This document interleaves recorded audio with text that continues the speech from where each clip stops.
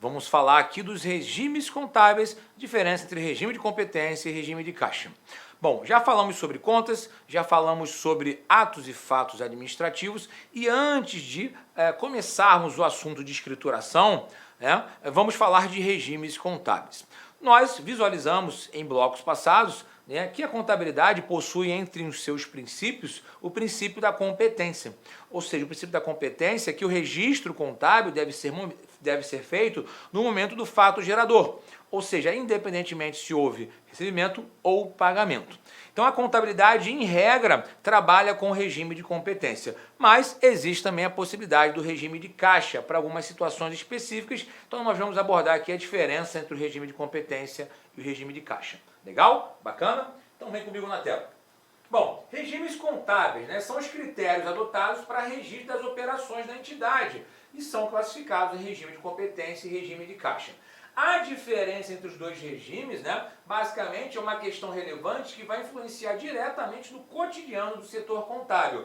Por exemplo, o lucro apurado pela empresa, através do confronto entre receitas e despesas, ele é apurado pelo regime de competência. Ou seja, então, não necessariamente quando eu tenho uma receita eu tenho caixa, perfeito? Porque o lucro é apurado pelo regime de competência. Então, ou seja, a contabilidade faz o registro da vida financeira de uma empresa e tais regimes podem oferecer diferentes pontos de vista sobre o negócio.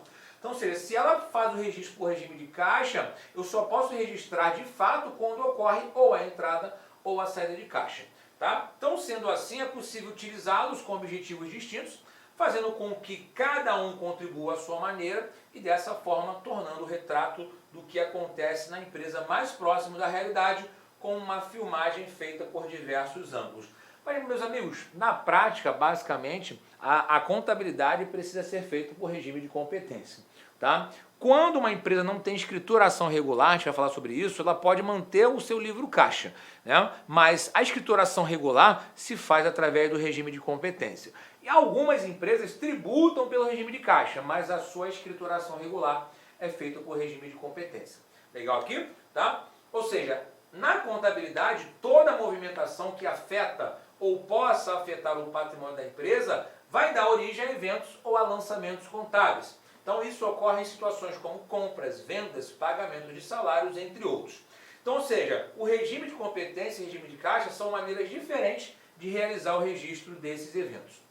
Legal? Bom, regime de competência, como nós já estamos falando há um bom tempo aqui, as receitas e despesas são contabilizadas assim que ocorrer, ou seja, considerando a data do fato gerador, independente se houver pagamento ou recebimento.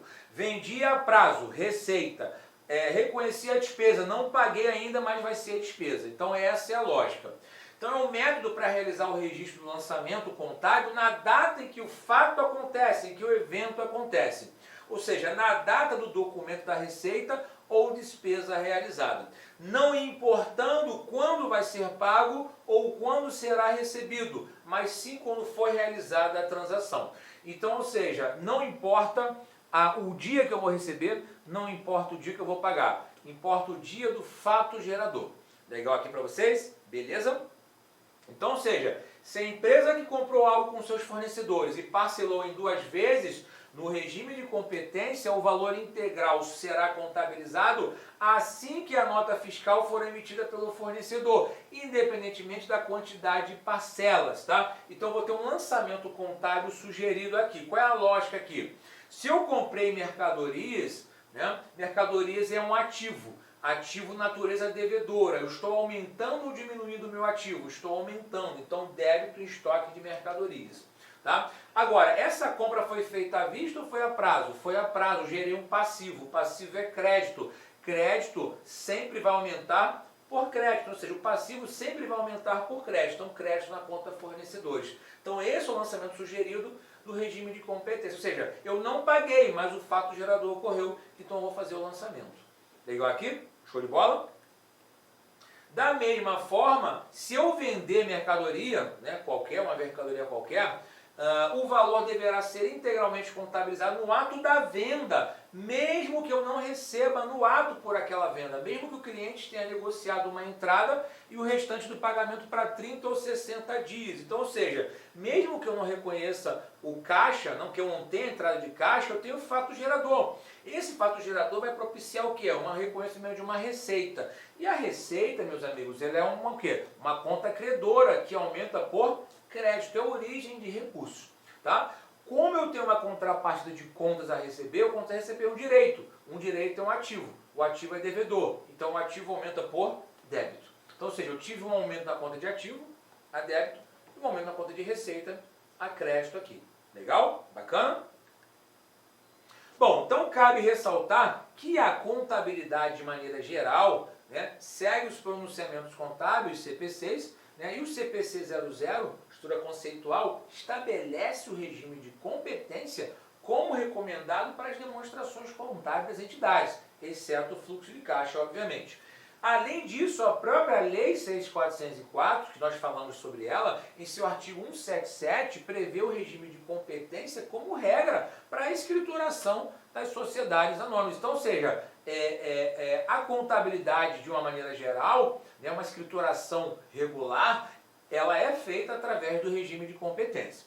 Tá? Então, ou seja, por fim, o regime de competência também é aplicado na declaração do imposto de renda de pessoa jurídica, quando o pagamento do tributo tiver como base o lucro real. Ou seja, a lógica é, eu vou tributar sobre as minhas receitas que foram reconhecidas, não que necessariamente elas foram recebidas. Tá? Então, ficar atento em relação a essas questões. Maravilha aí? Beleza? Bom, o regime de competência é utilizado na construção de relatórios demonstrativos, né, da empresa que tem como finalidade a compreensão do negócio e da sua capacidade de gerar riqueza. Então, quais são as vantagens da utilização do regime de competência? Demonstrar rentabilidade do negócio, né, se as receitas realizadas no longo prazo cobrirão as despesas, se haverá lucro, excluir da análise variações de curto prazo, né, auxiliar mudança de direção do empreendimento se os resultados forem satisfatórios, fornece informações para planejar investimentos, cumpre as exigências legais, né, porque na verdade é um modelo que é aceito na nossa legislação societária, acompanha o crescimento do negócio, já que tal regime passa a ser obrigatório quando a empresa atinge certo tamanho. Então, ou seja, o regime de competência ele tem as suas vantagens, mas tem as suas desvantagens. Acaba ignorando a situação real do caixa da empresa, né, porque a DRE ela é o confronto entre receitas e despesas, mesmo que não sejam recebidas e pagas. Pode gerar falsas expectativas de receitas, né, porque muita coisa pode acontecer entre o evento contábil e o pagamento. Por exemplo, aquelas receitas que eu faço, né, de várias vendas a prazo, se eu não reconhecer as possíveis perdas, eu posso estar criando uma falsa expectativa e pode engessar o fluxo de caixa, né, ou seja, mantendo o dinheiro reservado durante todo o ano para uma despesa registrada em janeiro, ainda que o pagamento ocorra apenas em dezembro. Né? Então são as possíveis desvantagens, mas sem dúvida as vantagens superam. Né? Bom, regime de caixa. O regime de caixa é justamente o oposto do regime de competência.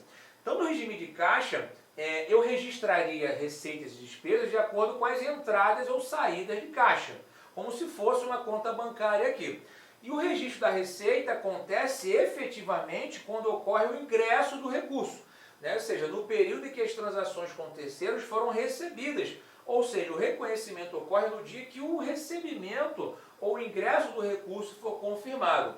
E os das despesas são reconhecidos quando essas despesas forem efetivamente pagas.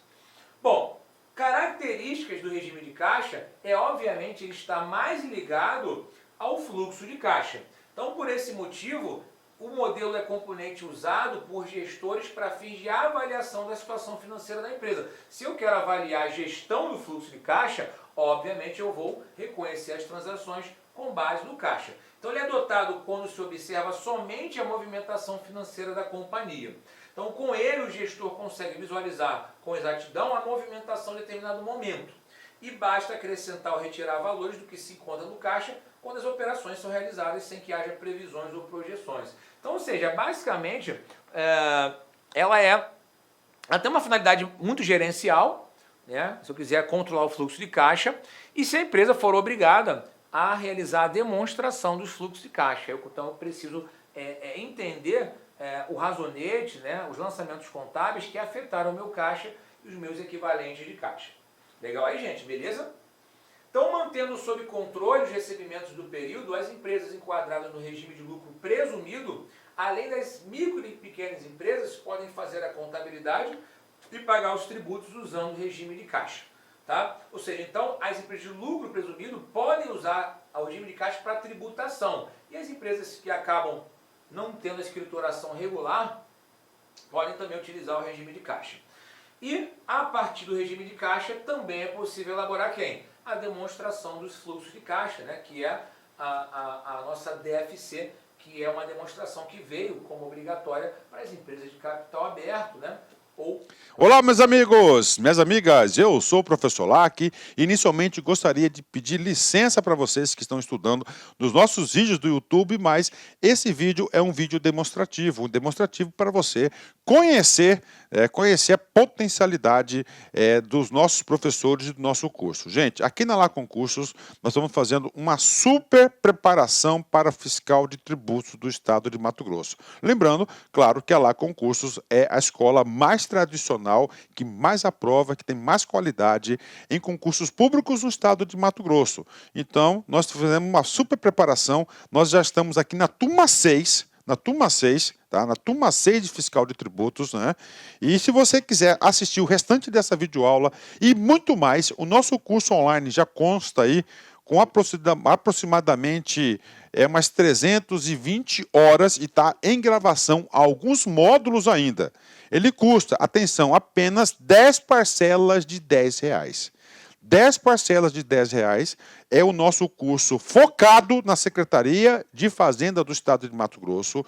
Você vai ter acesso a esse curso até o dia 31 de janeiro de 2023.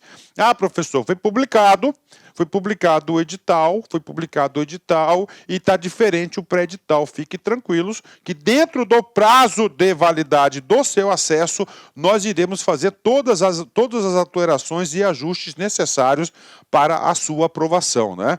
Lembrando, cara, quem estuda com antecedência, planejamento e foco são aqueles que vão aí, com certeza, ter um salário desse. Quanto ganha? Salário inicial, 37.418, gente. Você tem aqui 28.418, mais uma verba indenizatória de R$9.000. Então, você tem aí R$37.400. Ah, professor, isso aí resolve meus problemas financeiros. Cara, se isso aí resolve seus problemas financeiros, eu digo para vocês o seguinte, que você deve começar a estudar imediatamente.